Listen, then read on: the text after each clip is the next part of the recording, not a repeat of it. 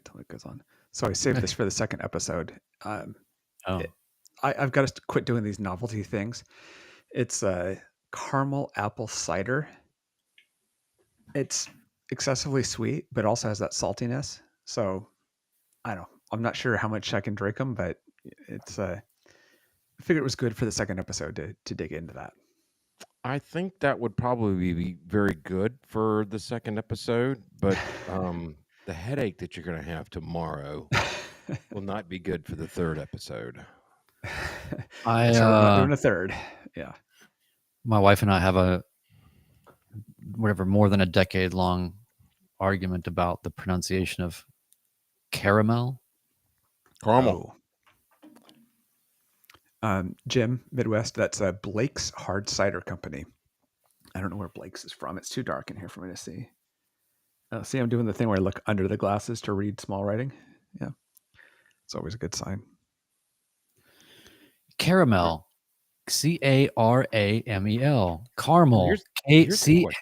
Caramel. Karmull. Unless it's the city in California, and that's Carmel. Yeah. So there's a word that comes to mind that's used in the Southern vernacular that I pronounce two different ways depending on the context in which it's used. Pecan. Oh, yeah. So if you're referring to a pie, Mm-hmm. then it changes. It does. Yeah. That is so funny that you knew that. I'm Southern. Now, which way do I refer say to? it when I'm referring to the pie? So if you were eating them naturally versus in a pie. Yeah. I'm going to go eat some pecans. Yeah. Oh, But I if thought it was I'm going to going be to have a pecan pie, pie. it's going to be pecan pie. Oh, I was backward on that. I thought, I had it backwards as well. Yeah. Yeah. I thought it was pecan pie. Pecan pie. Jason is doing some Tango 82 expedition work for us. Write in. Tell us about that. German food, yes. Ooh. Yeah. I think if we hopefully for the 30th podcast, we'll have it. December 30th. Sorry, I'm bad at dates. Yeah. So, yeah. All right. All right. Let's 9:15. Let's get on with it. Let's go. Off.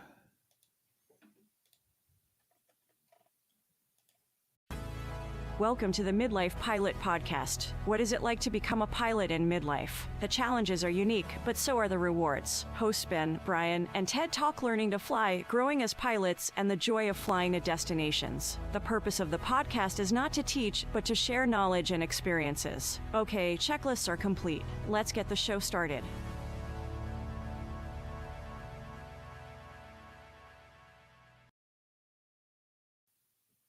Hello there, and welcome to the Midlife Pilot Podcast, where we share the experiences and the challenges of flying in midlife. Whether you're a seasoned pilot, training for a rating, or just thinking about getting started in aviation, we like to think of the podcast as your aviation companion and your weekly dose of aviation inspiration. My name is Ben, and I'm a pilot with an IFR rating and a commercial certificate.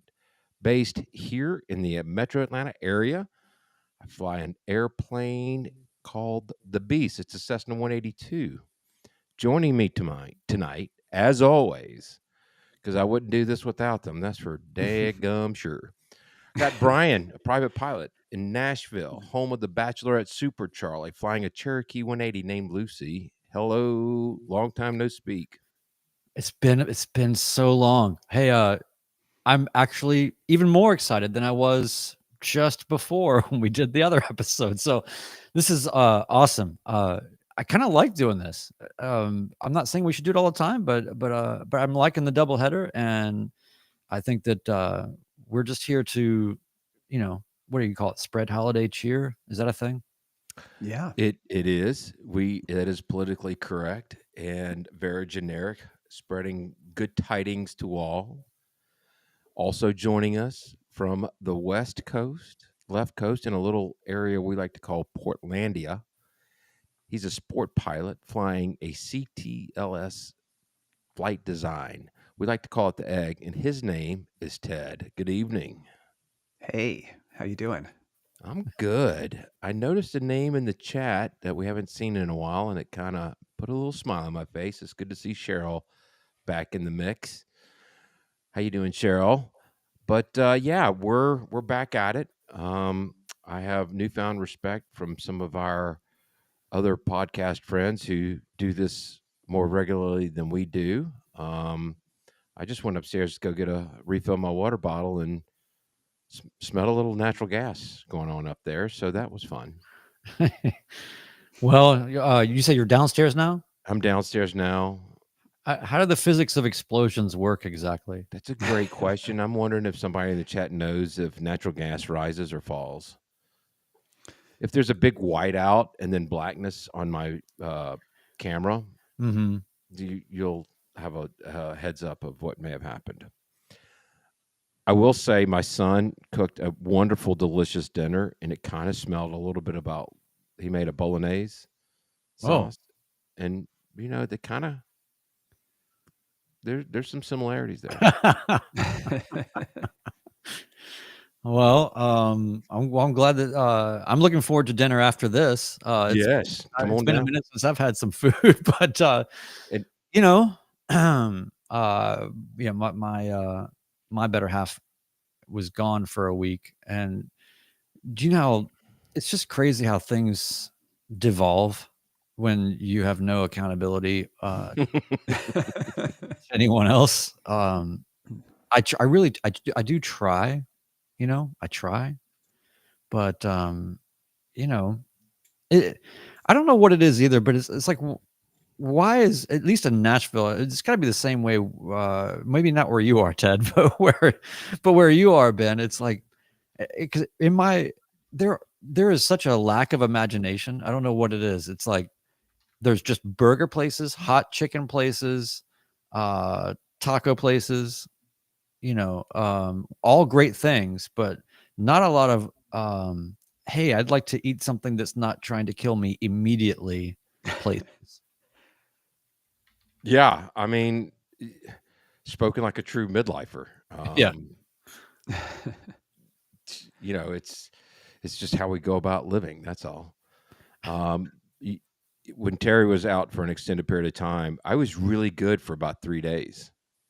I ate healthy, and then give me a busy day at work, and then I went to hell in a handbasket. So Is there a thing that is um your not your cheat meal, but you're sort of like I'm fully unsupervised, I'm going for it meal? um, so Like I'm not gonna tell her I ate this. so I that doesn't we don't really no I come clean pretty much. I mean, we don't really do that. But what I will say is, you know, we we do physicals, we do blood work, we have numbers that we're trying to keep in check, and she'll kind of throw out in a very respectful, very keep you honest, like, haven't you had a lot of hamburgers lately? Kind of one of those. Fine. I mean, I need to hear that. And so I'll pour in a little bit more Mediterranean food to try to balance that out. So a Oh yeah. strategy at least.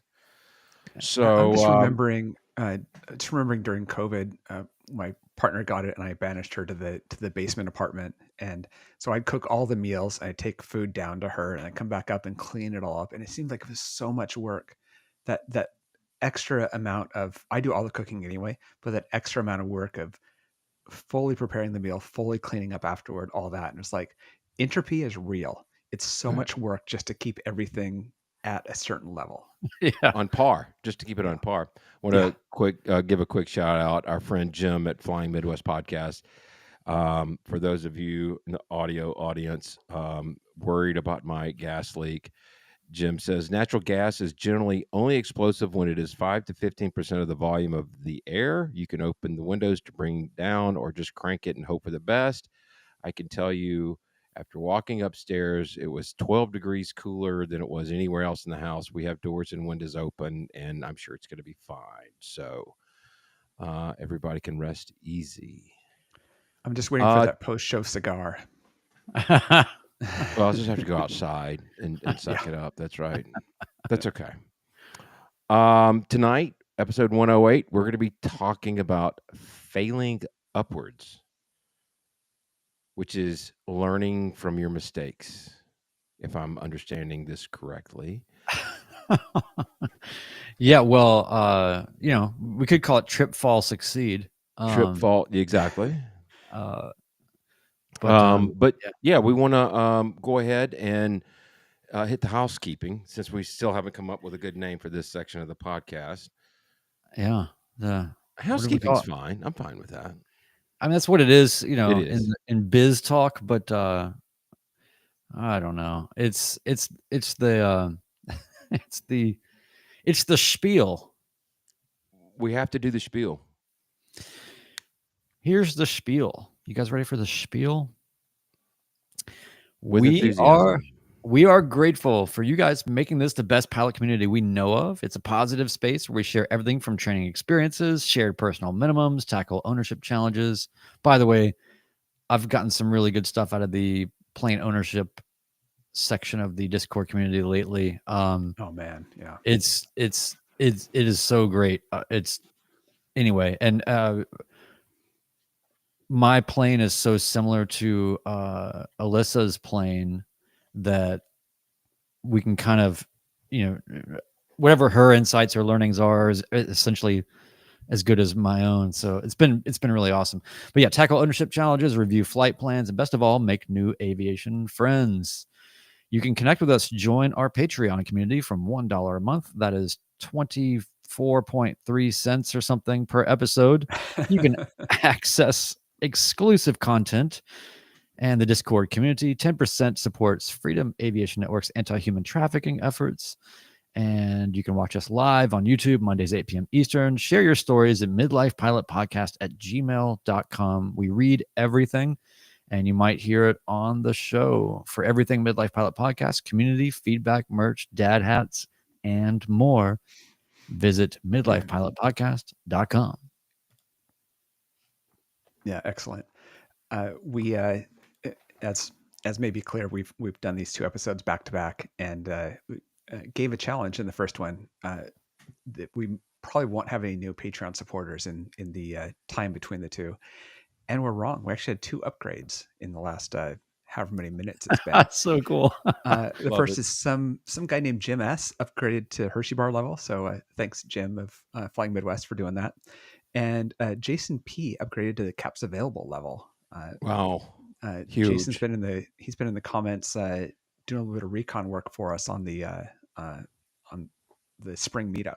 And so yeah, we might hear more about that in a few weeks. Looking forward to that.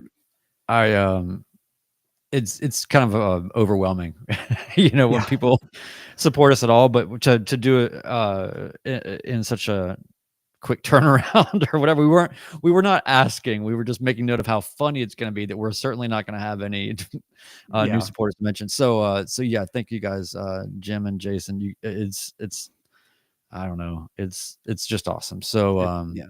Yeah.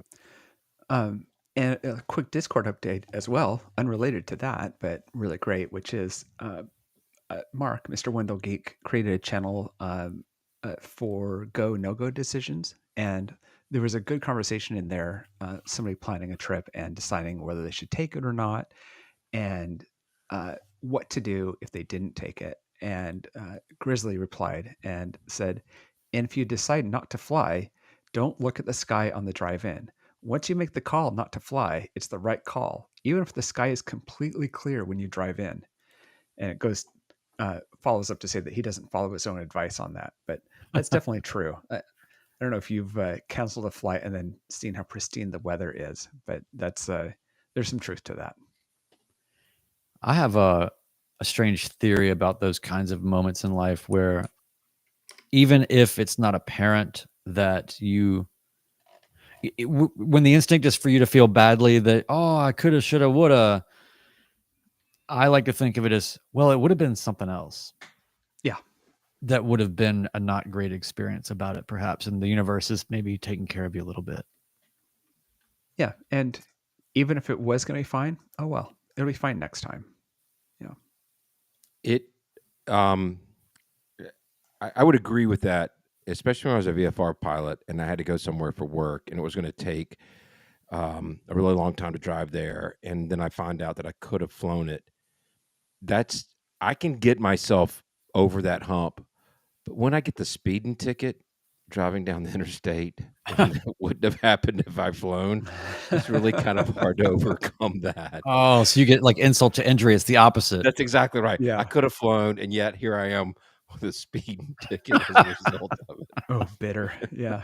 That one just seems to hurt just a little bit more. Yeah. I wanted to give a shout out. We have someone in our chat, Ron M.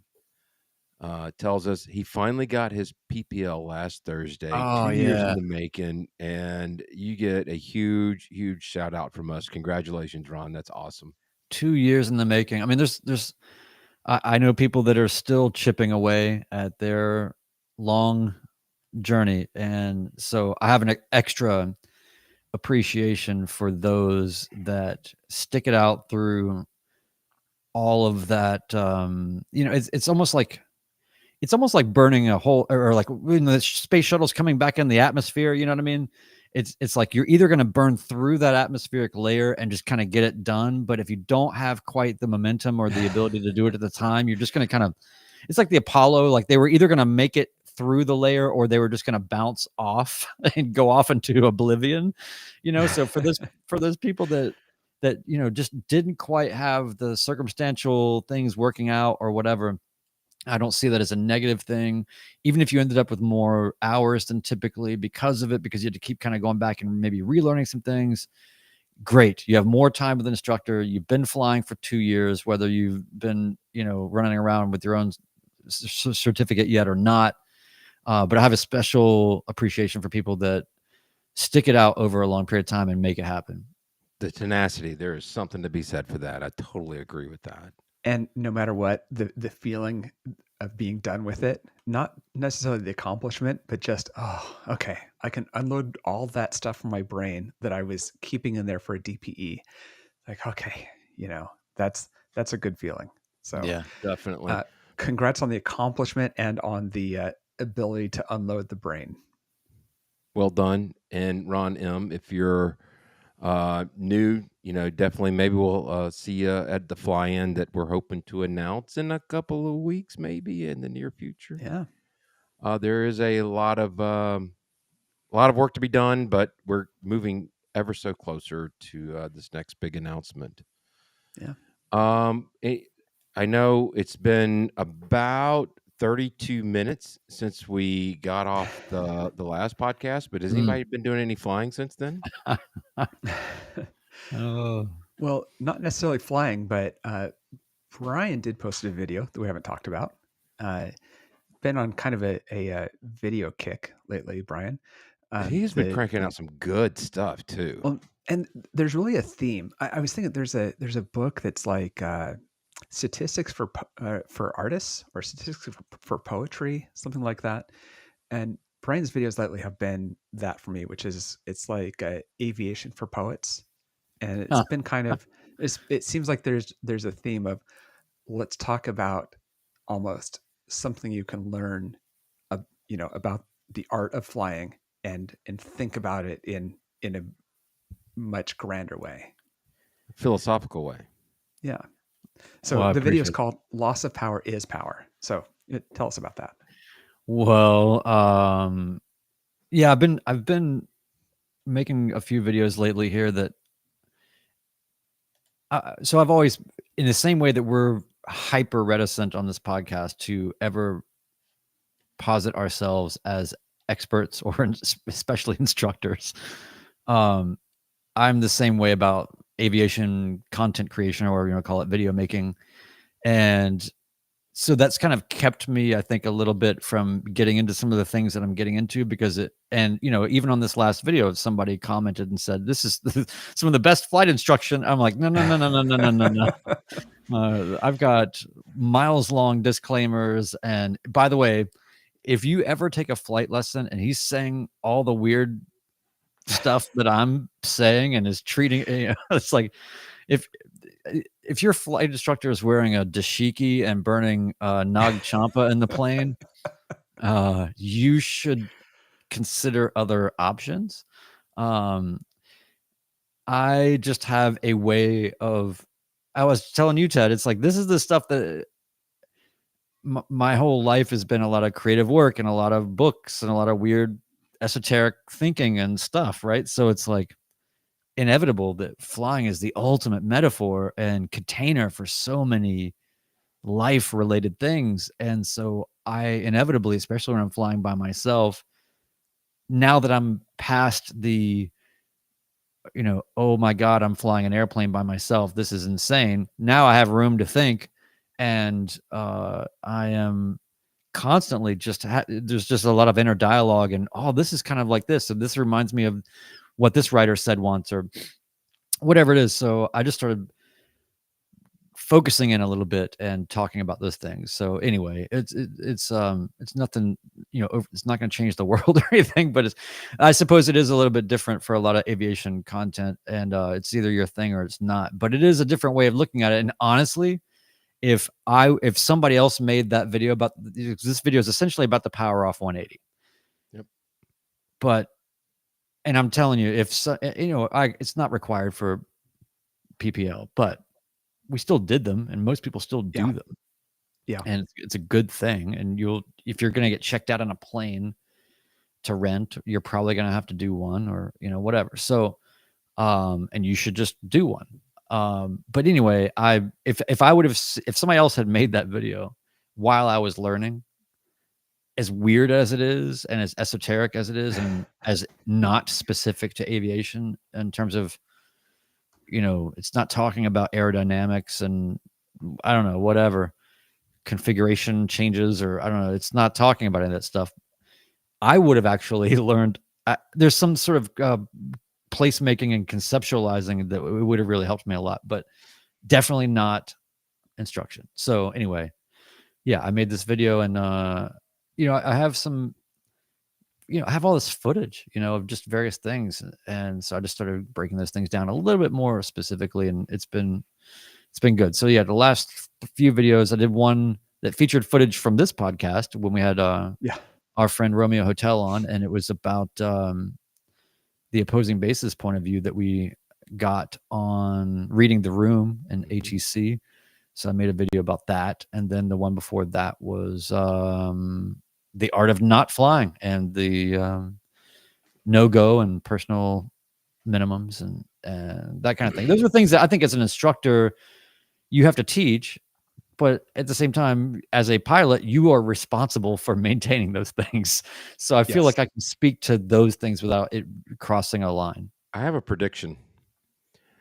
I think there is a generation of pilots that 10 years from now, or maybe 15 years from now, are going to understand your videos. And your viewership is just going to go through the roof. You're going to become this YouTube sensation that's going to vault you into whatever awards they have for YouTubers, and it's just going to blow up at some point in time. Listen, until I become much more attractive in jean shorts, I have I am in no danger of becoming a YouTube sensation. And YouTube is not designed or rewarding of people doing things like what I'm doing. Right. But that's okay. I got friends and I got people watching, and I mean the last few videos have done great. And I don't want to talk about it all day, but I'm just saying. No, but yeah. I'm not worried about you stop making content because you're not getting the viewership that you want, and that was the only thing that would upset me. I think we'll keep plugging along, and that's all. It's all about what I want to watch, and so just keep doing what you're doing. Well, yeah. The reason that I bring up the videos, especially the ones that you produce, but others as well, is that's how a lot of us discovered the Midlife Pilot podcast was through OG Midlife Pilot, Chris Moran, who was doing videos. And he and Brian were both doing videos. And if you were kind of in the YouTube aviation world, especially in Midlife, you started going in this direction. And I think 3 years ago, especially, there was a smaller group, and so it was really easy for us all to kind of find each other through that. And Mhm. I think there's a lot of value to that. There's lots of communities. There's a great midlife community in Facebook. Can't remember the name of it. Student pilots over 50. Great. And it's not ours. It's great though. And there's communities everywhere. This one Yep. happens to have come from YouTube, and it's a nice a little bit longer form than some of the quick things that are rewarded very quickly, Mhm. and so less icing and more vegetables uh, for these Yeah. videos. Well, and what I like is just the idea of starting conversations. I like it being an initiation point for other things to happen. So if other people that are more widely seen are kind of borrowing attributes perhaps from some of the things that I'm doing and furthering that into a wider sphere of consumption, and it bridges some kind of gap between the illegibility of whatever it is that I'm doing versus like putting that stuff into a nice format for mass consumption, and but there's maybe more soulful elements being brought forward. Very cool. But my favorite thing was even recently there was a CFI that has a channel that he basically played my video and commented on it piece by piece, sort of a reaction video. And it was great because he was basically saying, he was just affirming, I think, what I was getting at in the sort of the no-go decision, the art of not flying video. But he was saying, I'm gonna show my students this or whatever. And it's not because it's instructional necessarily. It's just an example or a story. And what the point was that he made was something I very much agree with and am very intentional about, which is that storytelling is how we learn. And none of the pilot curriculum is rooted in storytelling. It's Yeah. all just facts and regulations and this, and it's pretty hard to start, other than the practical application kind of layer of it all. It's hard to find ways to drive narrative or something personal through that, and that's a way where I think you can really start to, at least for people like me, that's how I learn. And so for me to make stuff like that and to have an instructor recognize it for what it is and say this is a great sort of teaching tool on some level, hey, cool, great. Yeah, that So, channel is something like CFI Munden, yeah. Munden, and I'll put a link to it in the show notes. But it was cool to see a reaction video to a Siskind video, and feel it's like turtles all the way down here, just the So reinterpretations of things. to that point, and we'll get to our topic, but to put an exclamation point on it, you know how much I love your videos, but what I really liked about that one was more about the comment section, Mm, the discussion that happened once people watched it. There was a mhm. lot of really great comments from a lot of, SoCal Fly Monkey was on there, and a lot of people chimed in and contributed to that discussion. So I And thought that was really gave cool stories. and gave story exactly. Yep, Yeah, told stories. You can stories lecture people perpetuating or you stories. can tell them stories, but they're going to absorb it a lot better if you tell them stories. So speaking of stories, tonight we wanted to talk about learning through our mistakes. It's going to be a hard topic for me because I really just don't make very many mistakes at all ever. But maybe you guys can chip in a little bit more on this one. Well, I think that it's important to frame this from the standpoint of framing mistakes as stepping stones rather than failures. And I think we can kind of go across the trajectory of early experience and then on to greater levels of experience, and how the mental and emotional framing of mistakes changes over time with experience. Yeah. So obviously, I was teasing about my perfection. I was just recalling back the last episode that we did because perfection is impossible. But no, I do have two quick stories of pretty egregious mistakes. I don't think I put anybody in harm's way, but they were egregious enough. And as a result of those mistakes, what happened to me going forward? The first one, and I actually alluded to this on the last episode, It's going down to New Smyrna Beach, and it is an old Air Force base. And for those of you who don't know, a lot of these 1950s era Air Force bases have 3 runway services in a triangular configuration, which means a lot of the times 2 of the runways are going to be well, all the time 2 of the runways are going to be pretty close together. And I did not bug my runway assignment, and I had an expectation. The controller came on and said, "There's a Cessna taking off, clear to land runway 7," and I saw an airplane taking off of a runway, but it was not runway 7. It was the crossing runway, and the ends of the runways were right there at each other, so there would be no conflict between them. And so I turned for the one with the airplane that I saw taking off. I put it down. It's a nice greaser landing, and the controller came on and said, "Well, you landed on the wrong runway, but why don't you go ahead and taxi this way?" And I mean, my heart literally hit my feet, and I immediately was like, "Oh my God, I am so very sorry." And he goes, "It's fine, don't worry about it, blah, blah, blah." But, I'd seen people bug their runways, and I still do this today. I actually use my CDI, and I create a line with my CDI on my compass on that runway. It's more obvious to me. Mm-hmm. And it also gives me the orientation of where I'm turning and everything. So that's what I do now. I learned from that. It was a stepping stone into not making that mistake again.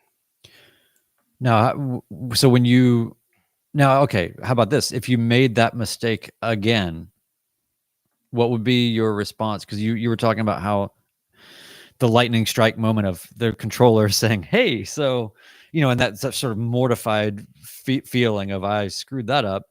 How would you feel if you did it again? 10 times worse. Okay, so it doesn't get better. No. I mean, again, I should be learning from them. And yes, you're going to take a step backwards. Mm-hmm. But yeah, I mean, we all make mistakes, but that's one that could lead to a much more serious problem. Mm-hmm.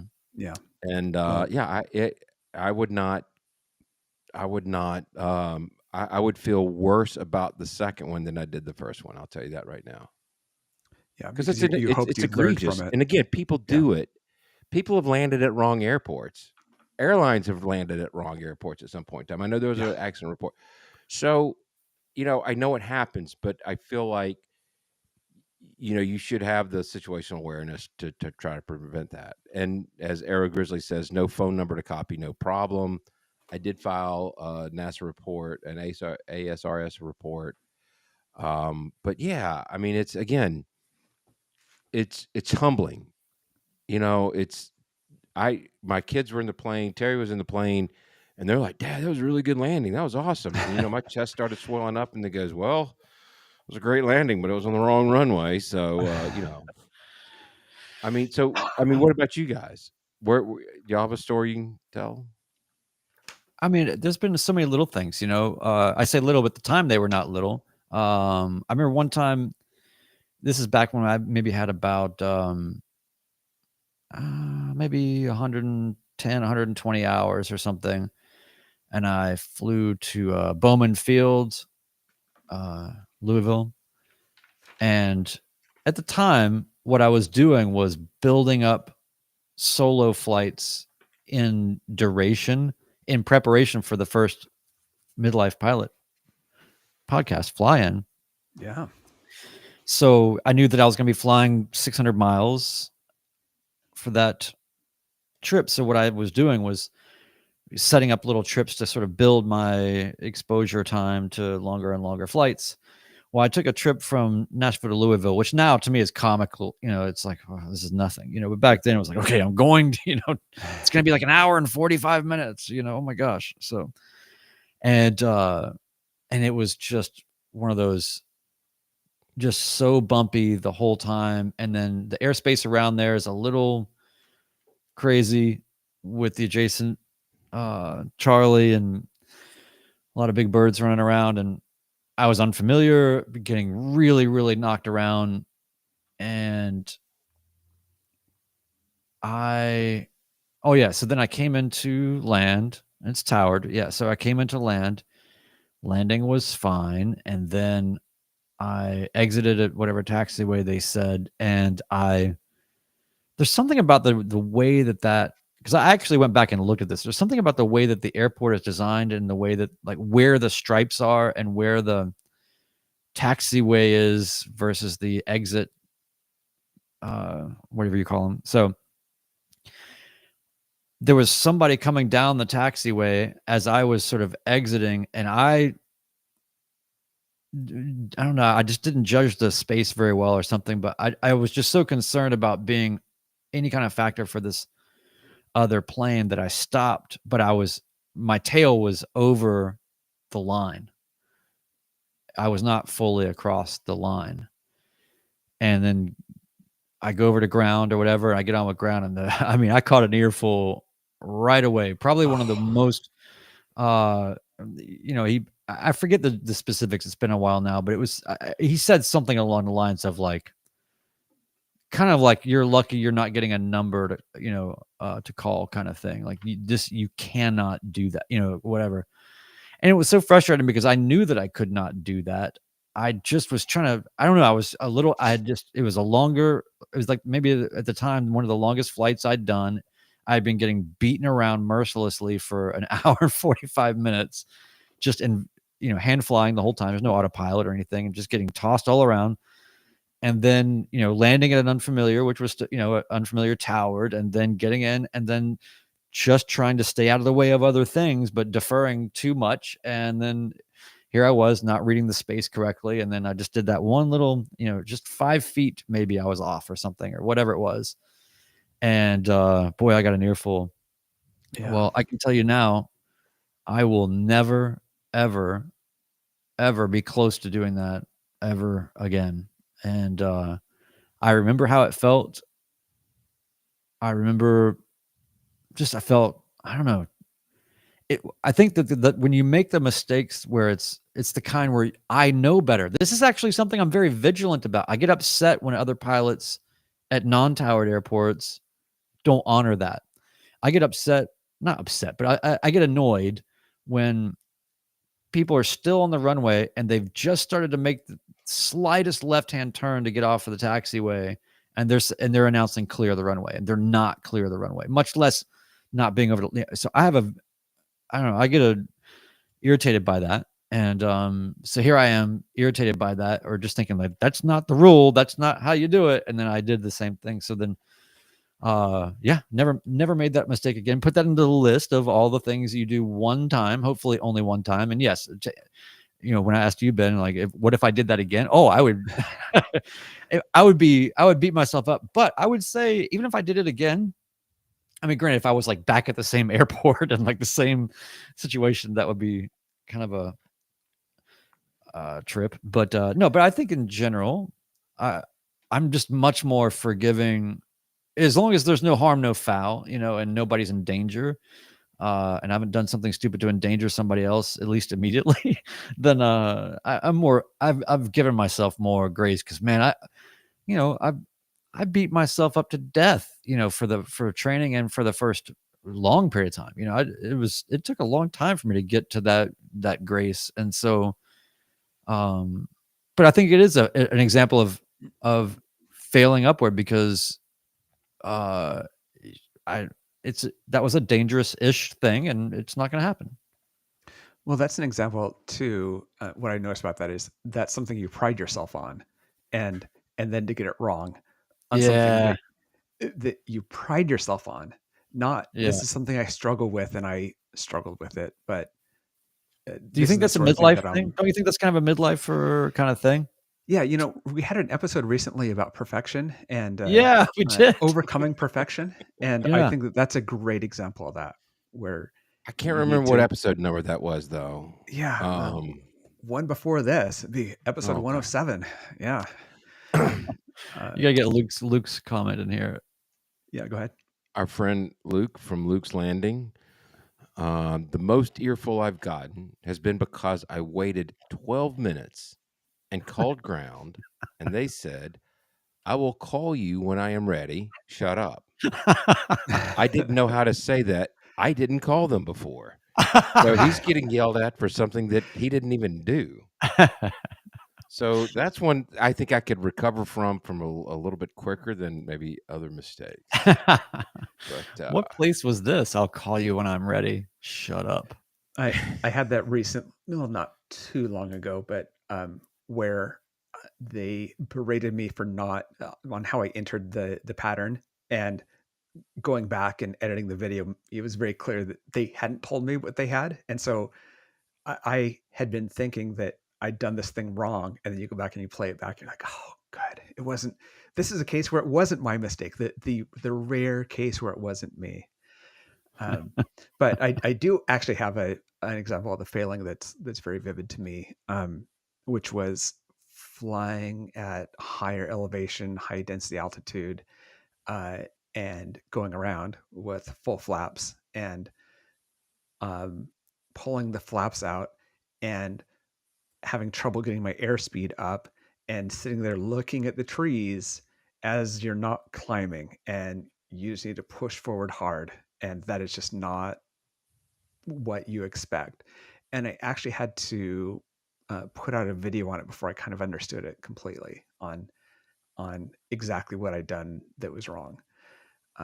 But for me, that's an example of a really vivid thing, and where you see it, and those trees are there no matter what. And yeah, you know about being behind the power curve, but when it happens to you, are you ready for it? right. Grizzly has a great comment.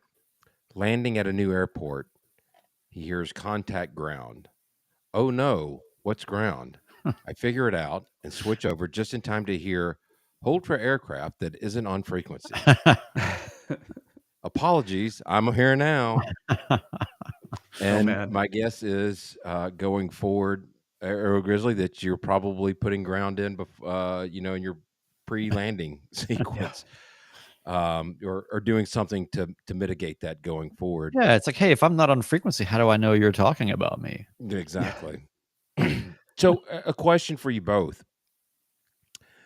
I think as midlifers, we make mistakes in the air, on the ground, via radio or whatever, and we tend to really beat ourselves up when it actually isn't that big of a deal, and quite frankly, can be a learning curve. I mean, do you think it's different for somebody that would be straight out of high school or in college Yeah. who, I mean, do you think that this is something maybe a little unique to midlifers, I guess is my question. I think I think it's directly correlated to the existence of a fully formed frontal lobe and a sense of consequences. So when you're talking about somebody that young, you're just all plasticity. You know, your whole consciousness is just full speed, whatever. You know, you're picking up a lot of things, and you're knocking over pylons while you're doing it. But Right. I don't know. I at the same time, I mean, we've met some very young pilots that are so sharp, Yeah. so professional, so exceedingly knowledgeable, and I think about CFI Sam, and some others where it's just, how can you be this young and have it this together when I was a complete moron at your age, and you are already at 21 more than I'll ever accomplish in my entire life, in aviation. It's just wild. So there's no rule to it, but I think that in terms of how we handle mistakes, I mean, we are, uh, I don't know. I think that we are of the ilk of people that challenge ourselves, and so Well, I think that you're going to run into walls when you challenge yourself, but you want to do it well, and you want to do it right because the stakes are high.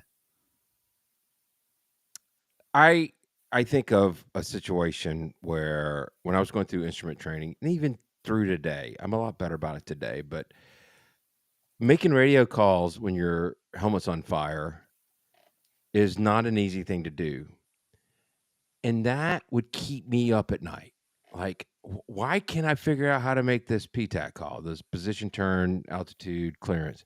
Why can't I do? And you know what? I gave the controller the information he needed to hear from me. It may have been a little garbled, or it may have been not in the perfect order, but he knew what I was trying to say. And he probably got a good chuckle out of it. I probably gave him a little bit of entertainment in his boring day, but Yeah. but that stuck with me. And guess what? Nobody got hurt. We did land the airplane. It didn't get bent. We didn't almost run into any other airplane. Nothing bad came out of it. But it's funny to me how at this age that even the small things that we do wrong and that can be used to help us, we still just, grill ourselves for it. Find a way. Find a way. I mean, Ben, are you the same? So what about maybe in your work or in your other endeavors, in your being mayor of Apalachicola? It's funny with work. I used to be this way. And I guess it's kind of, Malcolm Gladwell's theory, 10,000 hours can, make you an expert. I've been at my job for over 26 years now, almost 27. And I think I do make some of the same mistakes that I made 20 years ago, but I just don't care anymore. Yeah. And I think there are probably things that I do in aviation that are probably not right, but also not wrong, if you will, that aren't, per the book. But I just don't, I've moved past it, and maybe that will accumulate, as I build more hours. I like How Luke's often do you comment. think you learn from a mistake? How often are you making a mistake that sticks with you? It depends on a couple of different things, and I would say, the PTAC call. It's something that is not that big of a deal, but I'm making it a big deal. And every instrument approach I shot last week while doing the fan flight, I rehearsed in my brain what I was going to say. And as a matter of fact, I told the advocate that was with me, I always mess this up. I'm going to get it right this time. And I also felt this person was a newly certificated private pilot. And I kind of got the sense that she was looking up to me, and I wanted to show her some humility. I'm like, yeah, I still screw things up, but I'm going to get this. You know what? I kind of wanted to open myself up and say, yeah, it's time I start getting this stuff right. So, I stumble over a radio call that everybody's going to do that at some point in time. We're going to have a bag of words, even whether we admit it or not. I don't care about those anymore. So it happens. It just depends on how I'm feeling in the moment, I guess, to answer your question, and how big of a deal my brain perceives that mistake was. Yeah, I've got to pick up this comment from Arrow Grizzly. He says, one thing I have to keep telling myself is that I'll remember my mistakes far longer than anyone else will. Mm. The way I tend to think about that is accomplishments evaporate and mistakes accumulate. It's really easy to remember those things. And I think there's a reason they stay with you. And even if other people forget about it, nobody else cares, but you do. And part of that is because you're learning from it. I And love That's this. right. I love this that's really comment from Luke. He says, I still stare at the ceiling some nights thinking about the time Approach asked if I had the weather, and I replied, Roger. Just like one step away from like, yep, yeah. sure do. We can pick up BitShifter's comment here too. You never truly know if it's the push to talk or push to think button until you release it. Yeah, there is that. That's making the wrong PTAC call or those types of things where you press the button, you're like, oh wait, I should have thought what I was going to say here, and now I have Yeah. no idea. I actually have a video that I have on the internet. It's a long video, so you're gonna have to hunt for it, where this happens. But I forgot what airport I had just taken off from, and I was trying to get flight following call. So the first thing you do is you give them your call sign and your location. Yeah. And I was like, Cherokee, November 5116 Lima, just off of. I don't remember where I just, because I was on a multi-leg long, 8 hours of Yeah. flying in a day, and I just have been going from one place to the next, and I just the previous airport started with an M and was one word, and then the destination was started with an M and was one, and there were just these weren't.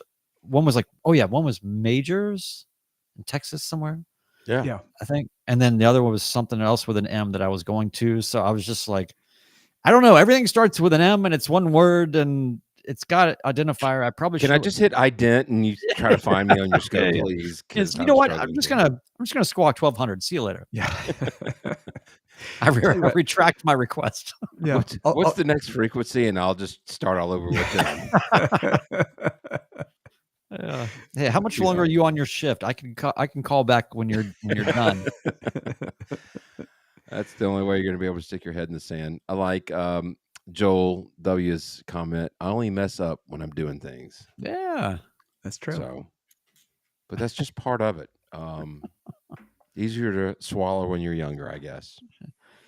Well, Ben, do you want to wrap us up and sign us off and give us any, I don't know, words of wisdom from the sage?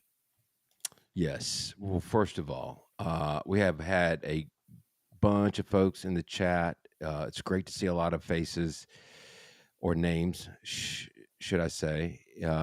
And we really appreciate you. We appreciate all the support on Patreon, guys. It really does mean a lot to us. We got a great comment from our new CAPS member. Go ahead and you can put it back up there if you don't mind. From Jason. Nothing like calling to get your IFR release and pushing the talk button on the yoke when reading it back, then realizing you're on the phone using your Bluetooth headset.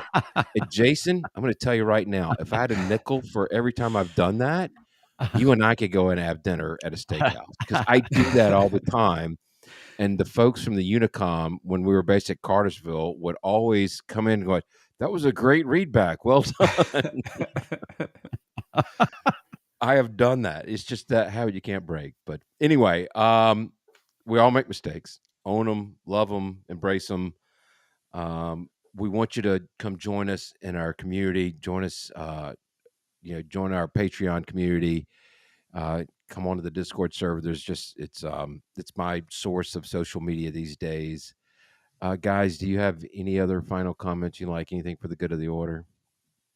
The only thing I'll say is just thank you guys for hanging with us doing this double header. It's been awesome to have such an active chat for both episodes, and I hope everybody has an awesome holiday. And we'll be around. Ben will still be collecting emails in our email account and then hiding them like a cat with a ball of string or whatever. But we're watching, we're listening, and please get in touch with us and send us your finest stories or thoughts or anything you like at midlifepilotpodcast@gmail.com. Please don't forget, join us Monday nights 8 p.m. Eastern. Tonight's episode 108's wit and wisdom. Good judgment comes from experience, and experience comes from bad judgment. Oh, pretty good. Fair enough. Signing off, episode 108 of the Midlife Pilot Podcast. Thank you, everybody. Have a good night.